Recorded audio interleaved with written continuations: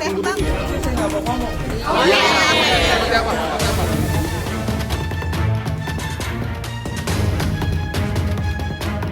Bilar resmi jadi tersangka.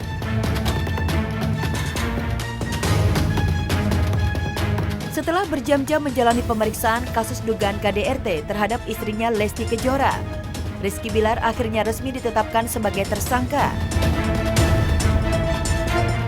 Setelah sebelumnya penyidik Polres Jakarta Selatan menemukan lebih dari 2 barang bukti tindakan kekerasan yang dilakukan Rizky Bilar terhadap istrinya Lesti Kejora.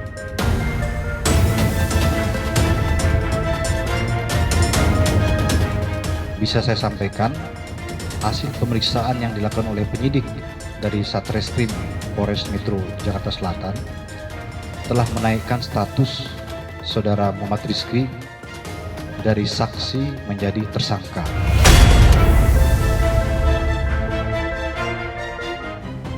Miris memang, pasangan keluarga selebriti yang kerap pamer kemesraan di media sosial, justru realitanya sungguh garang dan penuh kekerasan.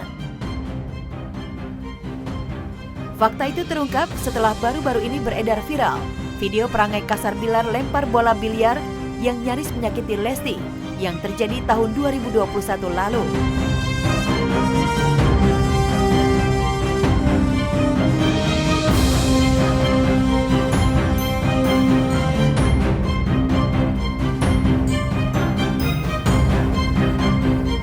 Untuk CCTV sudah di penyidik, ya sudah disimpan untuk barang bukti.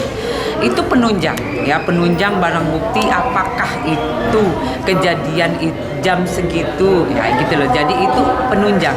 Yang jelas dari CCTV, kemudian dari foto kejadian dari fisik ya jelas, kemudian itu juga CCTV itu sudah dikumpulkan di penyidik. Ironi memang takdir cinta Lesti dan Rizky Bilar. Gara-gara perangai kasar, rumah tangga yang mereka bangun dengan pesta pernikahan mewah dipastikan bubar.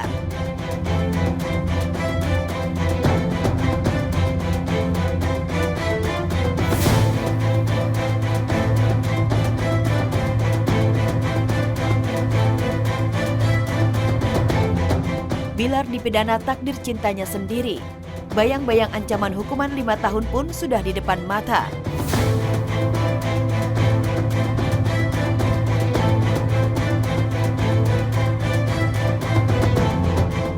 Kita prihatin terhadap kasus ini, ya.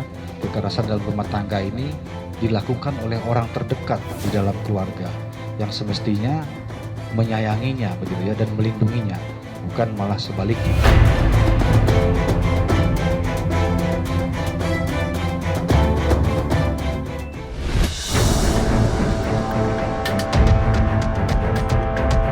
Sakit hati, pemuda habisi nyawa pasutri.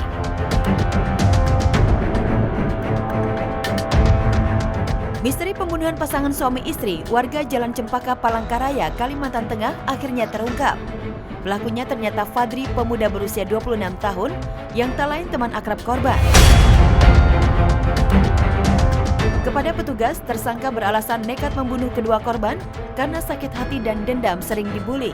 Dijanjikan pekerjaan tapi tak dipenuhi, serta 2 ponsel pelaku digadaikan korban tanpa diganti. Saat melakukan aksi pembunuhan sadis tersebut, pelaku masuk dari pintu belakang rumah dan terlebih dahulu melepaskan seluruh pakaiannya, lalu menuju ke kamar untuk menghabisi nyawa keduanya menggunakan sebilah senjata tajam. Dari hasil pemeriksaan petugas, pelaku sengaja melepaskan seluruh pakaiannya saat melakukan pembunuhan, bertujuan untuk menghilangkan jejak. Jelas perencanaannya yang bersangkutan sebelum masuk melepas baju-bajunya, supaya tidak ada bekasnya. Peristiwa berdarah yang menimpa pasangan suami istri Ahmad Yendi Nur, 46 tahun, dan Fatmawati, 45 tahun, terjadi pada 23 September 2022 malam lalu. Kedua korban ditemukan di kamar berbeda dengan kondisi banyak terdapat luka tebasan di tubuhnya. Yang pertama yang ditebas adalah yang laki-laki atas nama Ahmad Yendi. Pengakuan dari pelaku 8 kali tebasan, kemudian bergeser ke kamar korban perempuan, melakukan tebasan berkali-kali sampai yang perempuan meninggal. Tersangka kini telah ditahan di Mapolresta Palangkaraya dan dijerat pasal pembunuhan berencana dengan ancaman pidana mati atau penjara seumur hidup.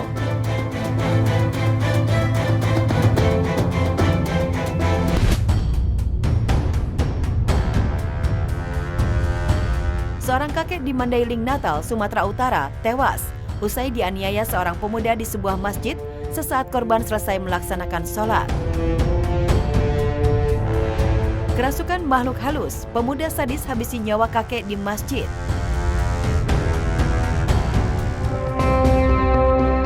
Kakek Hamzah, 73 tahun, harus meregang nyawa usai dianiaya seorang pemuda saat berada di dalam Masjid Al-Mukhlisin, Desa Huta Padang, Kecamatan Ulu Pungkut, Mandailing, Natal, Sumatera Utara.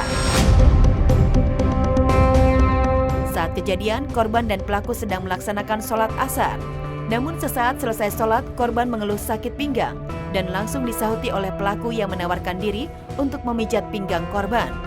Bukannya dipijat, pelaku justru menganiaya korban dengan pukulan dan tendangan berulang kali hingga korban tak sadarkan diri.